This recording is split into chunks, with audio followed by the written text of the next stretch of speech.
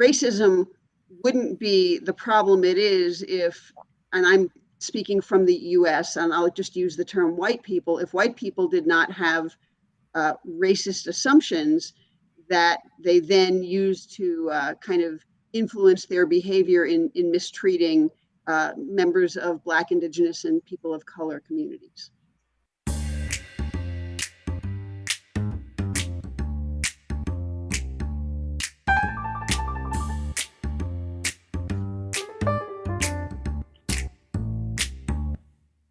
This is Chocolate and Coffee Break, a compassionate proposition, a space to share stories, bridge divides, and spark meaningful connections. So grab your chocolate, pour your cuppa, and let's break down barriers, one conversation at a time. And now, here's your host, Andrea Pudding. Welcome to another episode of the Chocolate and Coffee Break. I hope you've got your chocolate and a cuppa and ready to listen and learn a little more. So today's Chocolate and Coffee Break invites us into a conversation that's not always easy, but always necessary. We're joined by Dr. Amanda Udis-Kessler, sociologist, ethicist, and anti-racism trainer, who helps us to uncover how everyday culture sustains inequality and what we can do to dismantle it. So we're really looking forward to talking to Amanda. So welcome, Amanda. Thank you so much for having me. Thank you for coming along. So I like to start the show with a conversation starter. So today, my question for you is what's a belief you've had to unlearn in order to grow? I have had to unlearn the belief that I was done growing and that I was who I am and that I could no longer change and learn. It sounds simple and almost silly, but I think we can't grow unless we believe we can grow. And recent events in my life have forced me to recognize that I can grow and am growing and will continue to grow. That's really awesome, because we do. If we think we can't grow anymore, then we do stop. And we always want to keep growing and learning. And hopefully that's what we're going to do today as well. I think we'll grow a little bit from talking to you, and we're going to learn an awful lot. So Amanda, you wrote a book, Cultural Processes of Inequality, and I have spent the last few days reading it, and it's amazing that what it opened up in me was just incredible, because while I keep talking about inequality and the importance of connecting with people, I hadn't gone into the how and the why that happens. So I'd love for you to share with us a little bit about that today. So can you explain how culture creates inequality, not just reflects it? Absolutely. And what I'd like to do is actually start with the definition of culture that I developed for the book, because it's a little different from how we commonly use culture. Often when we talk about culture, we're thinking of the arts or something like that. Mm-hmm. And what I mean by culture is basically shared understandings and meaning systems. So the ideas, beliefs, and values that people hold in common, the assumptions that underlie those, and then the norms and rules and laws that emerge from those shared understandings. So really, culture is how we make sense of the world. It's how we make meaning. It's how we put ourselves into a story or make sense of the story we find ourselves in. And in that sense, really everything we do has a cultural component, because human beings are meaning-making creatures. So unfortunately, we are also very good at making meaning when it comes to any form of inequality, racism, sexism, or any other sort. And that was, I find with culture, it's looking at that. We tend to gravitate towards people who think and believe like we do, and that becomes our culture of understanding of the way we work. So rather than saying, well, all people in a certain demographic belong to this culture, the truth is that they can be like chalk and cheese. So for an example, if you think about the Christian religion, the culture of one denomination can be vastly different to what somebody else's is. So we can look at that as saying, well, Christian culture, it doesn't exist as one, as an example. Well, So and indeed, there are subcultures of all sorts. Different groups do have different cultural understandings. What's helpful when we're thinking about inequality, though, is to think about cultural understandings that are broadly shared in a society, especially among members of a more powerful or socially valued group. So racism wouldn't be the problem it is if, and I'm speaking from the US, and I'll just use the term white people, if white people did not have racist assumptions that they then use to kind of influence their behavior in mistreating members of Black, Indigenous, and people of color communities. yeah, and that's what I found incredible reading your book, is to look at those different aspects. So, for example, who matters? And who matters? Yeah, that's a very simple question that we don't ask often enough. But if someone is new to thinking about systemic inequality of any sort at all, or they think in very individualistic terms and don't really think about people having different life experiences because of groups that they belong to, social groups, gender, racial, whatever, looking at who gets treated well, who has access to good things, who has higher social status. All of that makes it pretty clear that unfortunately some people matter more than others, which should not be the case. Yeah, and one of the questions you posed that really made me stop and think, and one that I'm going to really reflect on, is how do I benefit from racism, from whatever, all of the different isms? How do I benefit from that? Because I have never really been the victim of any of them. Maybe sexism a little bit. Maybe I'm getting into the ageism, but I have had a life free from all of those things.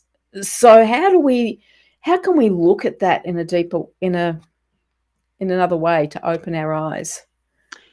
So we tend not to notice the ways that we benefit from inequality if we are in a social group that benefits, because our lives just are what they are, and we take a lot of things for granted. In my case, what helped me begin to recognize the ways I benefit from racism came when I was already quite an activist around sexuality-related issues. And so I was very clear about ways that, say, homophobia hurt me. And then I was in college and at one point went to some sort of lecture on racism. And as I was listening to the lecture, I thought, this actually sounds really similar. Racism, in some ways, sounds kind of similar to homophobia in that the details are really, really different, but some of the ways it works seem to be similar. And since I'm aware of how I suffer from homophobia, at that moment I realized, oh my gosh, I had better learn how I benefit from racism. If I want my heterosexual friends to be good allies to me on matters of sexuality, I'd better learn how to be a good ally to people of color, BIPOC people. I'm not sure what different terms are used these days, but those are the common ones. And so I began looking at some of the privilege lists that people have developed. A very famous white privilege list was developed by a woman named Peggy McIntosh, a psychology professor in the US. Her list has gotten around the world quite a bit. And she wrote down over a number of years all the ways that she realized she benefited from racism. And what's astonishing is in the essay that came out of this project, she noted that she kept forgetting about all of these benefits until she wrote them down and kept looking at the list. So we don't notice the ways we benefit. We're just living our lives, but we tend to notice the ways we suffer. So we need to be creative in understanding the suffering and then kind of translating that and asking, well, are there ways that I benefit? And again, I could rattle off a long list of white privileges if we wanted to do that. I don't know that we do. Well, I looked at that list in your book, and it was so long. It was just overwhelmed me that to think that, yeah, I've really got to stop and think about this, because there is so much more that we don't think about. And I know in the book you talk about this kind of ways things change and the way people look at that. And we're going to explore more about that after we've had a quick break and grab it so I can have a nibble on my chocolate and listen to these great people who support the show. When I hit perimenopause, all I heard was doom and decline, until I took a sacred pause and I went searching for women who were radiant after menopause, like Dr. Christiane Northrup, Dr. Vandana Shiva, and the late Dr. Gladys McGarry, still shining at 103. In this book, I share their stories and wisdom and the magic that menopause truly holds. 7 Wonders of Menopause is a sacred reminder. You're not ending, you're returning. Available at independent bookshops in Australia and Amazon around the world. Did you know that only 30% of speakers are women and that only 13% of panels feature women? In order to change that, there is now a directory at womenspeakers.com.au where you can go and search for a speaker. We also have groups on Facebook and LinkedIn under the name Australian Women Speakers, where you can just go and post about your event and women will respond.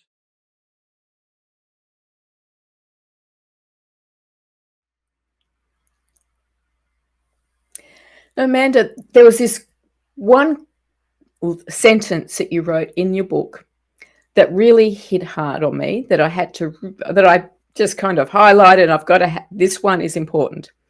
We tend to have compassion for the person who had a problem while judging the person who is the problem.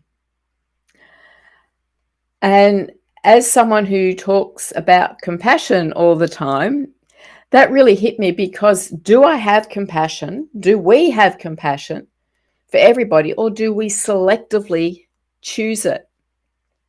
So I'd like to talk about that thing, that who is the problem or who has the problem. How does that work in what we're talking about? So one really good example of that issue has to do, and again, I'm afraid I can mostly talk about the United States of America. It's simply the examples I know best. Has to do with how large-scale drug problems have been seen in our country. And so, since we're focusing largely on race today, one thing we learned during the crack cocaine epidemic in the 1980s and 1990s was that the federal government defined crack users as being problems. People like Hillary Clinton, in fact, used the term super predator to describe Black and Hispanic crack cocaine drug addicts. Now, in fact, crack cocaine was used by more white people than people of color, but most people in this country don't know that because the media selectively covered it, and it painted people of color who used crack as exceptionally dangerous, as exceptionally amoral in profound ways. And so between 3/4 and 4/5 of the federal funding to address that epidemic went to criminal justice, so arresting and locking up drug users and drug sellers and so on. And only between a 1/5 and a 1/4 went to preventative measures and to healthcare to help people recover. If we then fast forward to the opioid epidemic, much more recently, and in fact still going on in the US, that has widely been described as a white epidemic, especially engaging people in more rural areas. Now, it's not that that's necessarily the whole truth, but that is the image that we've gotten from the media coverage. And so, interestingly, the federal government, when trying to figure out what to do about the opioid epidemic, swapped its percentages and literally put approximately 3/4 to 4/5 of its funding toward preventative care and health care and recovery options for people who were addicted. So in the 80s and 90s in the US, Black and Hispanic crack cocaine addicts were seen as the problem. They were seen as dangerous and destructive and as needing to be contained and arrested and jailed and so on. These days, the mostly white opioid addicts, and again, it's more complex than that, but the media presents it as a white problem, and white opioid addicts are largely supported with federal money to try to recover. I can't think of a better example than that, though I have other examples if we want them. Yeah, so money is put in to help the people that who have a problem. They have a problem. They're addicted. So they've had all these things happen in their life, and that's the problem. Whereas people of a different race or a different group are considered to be the problem. It's just because they are, example, Black or Hispanic, that this happens. So all of the people who are Black and Hispanic are now labelled as that. And it's not really surprising that that happened, because it was already the case in the US that Black and Hispanic people were defined as more problematic than white people, are understood or assumed by white people, I should say, to be more dangerous, to be less moral, to be less competent, and so on. So that particular example involving drugs is just one really concrete example of how a whole set of much more basic assumptions about competence and morality and dangerousness and so on wind up getting, say, racialized. Yeah. I'd love for you to share any one of the stories from the book where you notice the difference between a white person treatment and, say, a Black person's treatment. Well, I'll give you my favorite example. So I am an inveterate speeder. I have just about never driven as an adult without speeding at least once. I moved to Colorado Springs in 2003, and I think I've racked up more than 25,000 occasions of speeding since then, but I've lost count. And in all of that time, I have gotten exactly one speeding ticket. I got it very soon after moving here, and I was going more than 10 miles an hour over the speed limit. And I didn't know it was a speed trap. I just moved here. The police officer pulled me over. He was extremely friendly and polite. He could see I was nervous. He was kind. He gave me the required ticket and said, "Drive safe now," and left. And he clearly was not at all worried. He didn't search my car to see whether I might have any contraband in it. He did not ascribe my speeding to my being drunk or on drugs or anything like that. He simply saw a white woman in a white woman car, and he kind of had to pull me over because I was going at least 10 miles over the limit on a residential street that was narrow. I mean, there's no excuse. I have not gotten pulled over once since then. And if we look at the statistics about who police pull over for speeding infractions, for minor auto infractions like having a broken taillight, but even for no reason at all because they just have a feeling about them, overwhelmingly, people of color are pulled over and white people are not. Now, what's so interesting is from the studies that have been able to determine this, it turns out that white people are more likely, not less likely, more likely to have contraband in their cars in the US, more likely to have illicit money or guns or drugs or something like that. But because the police rarely pull white people over, they don't learn this. So they never get to challenge their own assumption that the drug runners and gun runners are all, Black and Hispanic people. And so they pull over a lot of Black and Hispanic people. Most of them, they don't find any contraband, but occasionally they do. But they would find more if they pulled white people over. So there's this kind of self-fulfilling prophecy, or this kind of cycle where they start with an assumption about who's got the bad stuff in the car. They pull over the people they think have it. They find it sometimes, not often. They miss all the people who have it, who they don't pull over. So they never get to sort of reset their expectations, and people of color continue to get pulled over way disproportionate to their numbers in the society. Yes, and one of the stories that really also hit me, I mean, I'm really thinking about, and like I'm thinking about all the stories you have in there in the book. But one of the stories about the little 11-year-old boy playing in the park with a toy gun and who was shot. I mean, that was just to think about that, that's just horrific. That the assumption was because he's black, that's not a toy. Right. So his name was Tamir Rice, and there are several things about that particular story that are totally heartbreaking. One of them is that the police dispatcher, so whoever called this into the police, the dispatcher asked that person twice whether the little boy playing with a gun was black or white. We know this. There's records that show that that happened. And the dispatcher only decided to send a police car once the person calling it in had confirmed twice that the child was black. So had Tamir Rice been a little white boy, there wouldn't have been a police car, there wouldn't have been a shooting, there wouldn't have been a death.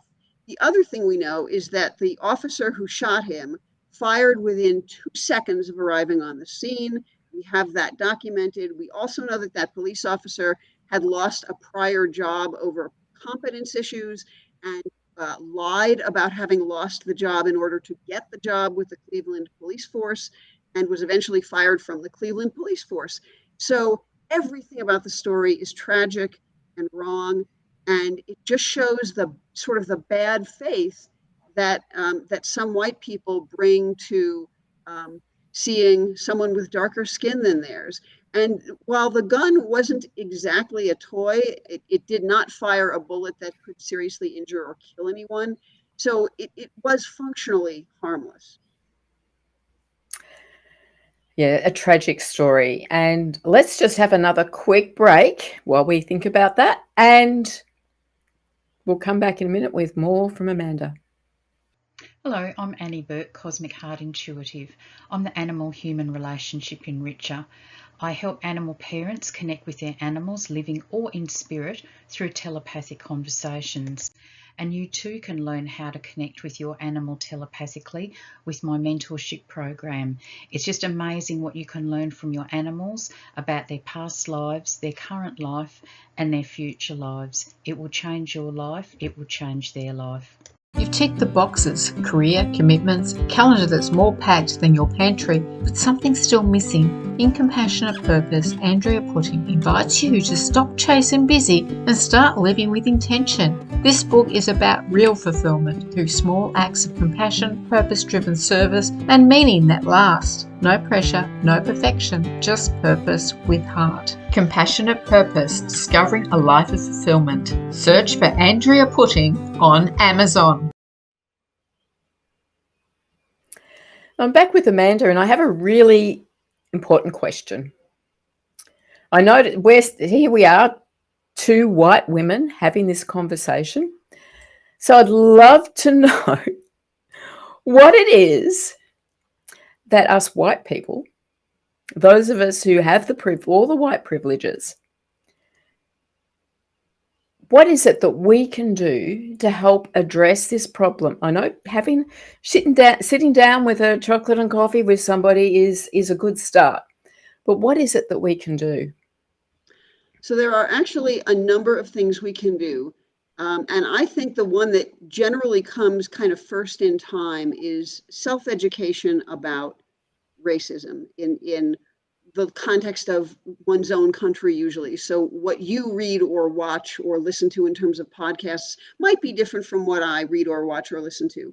But there are incredible numbers of resources out there, often written by members of devalued communities of color, but sometimes written by white allies, that tell us about the history and the current practices of these forms of inequality. I mean, my book is a little modest contribution to that, I think. So the self-education piece, I generally think comes first, because most of us, to the extent that we're willing to be uncomfortable, we usually start being uncomfortable by learning new things and wrestling intellectually. Then we start looking at our own lives. We start looking at our own assumptions. We start looking at our own behaviors and practices.